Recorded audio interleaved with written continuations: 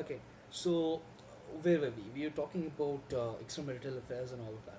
And first, let's talk about the entire thing, the entire video in its perspective. The video does not say, I am free to do whatever I want and you have no right whatsoever to reprimand me. The video does not say that, but we are dumb enough to assume that, and that is a presupposition. The video says, hey, I might sin or I might not sin. I might do the right thing, I might do the wrong thing. Let that choice be mine. Do not impose your will upon me.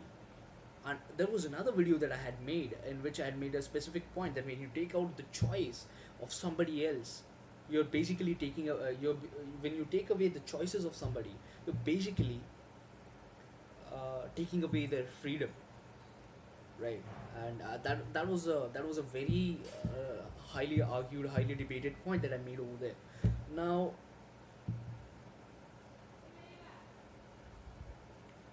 the essence of this entire video is about freedom, right? And we have all of these arguments, we have had all of these conversations where we talked about well,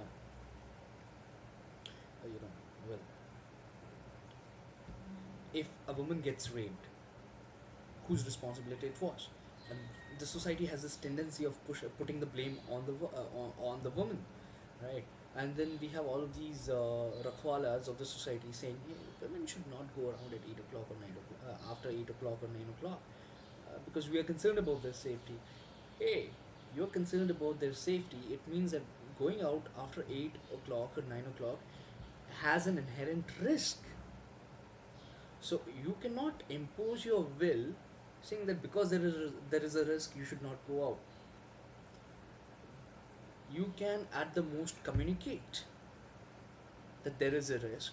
You can say that if something happens to you, our lives will be affected as well, and then you leave the choice to the woman. She might go out, she might not go out, she might go out by making certain arrangements, or she might be really, really, really revolted or violated by such a risk, that she starts talking about this to her friends, who then realize that the situation is so fucked up that they'll try and solve, they try and come up with a solution. And one of them, who's already a lawyer, says, hey, I found my purpose in life, I'm gonna litigate, or I'm gonna be a advocate, or I'll be representing women who cannot who cannot finance their own justice.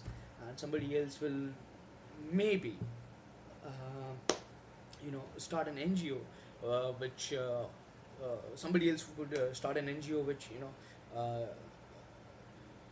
brings these issues to the fore. Somebody else might actually join the police force and take the police officers who are not taking all these complaints seriously to the task.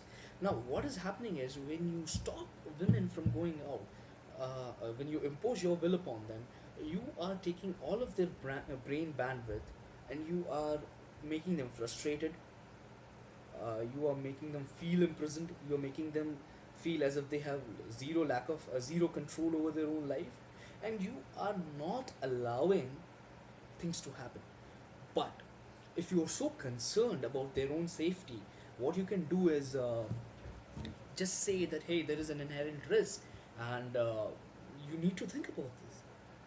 I mean, please do what you please, do whatever that comes to your mind, but at least whatever you do, let that be well considered.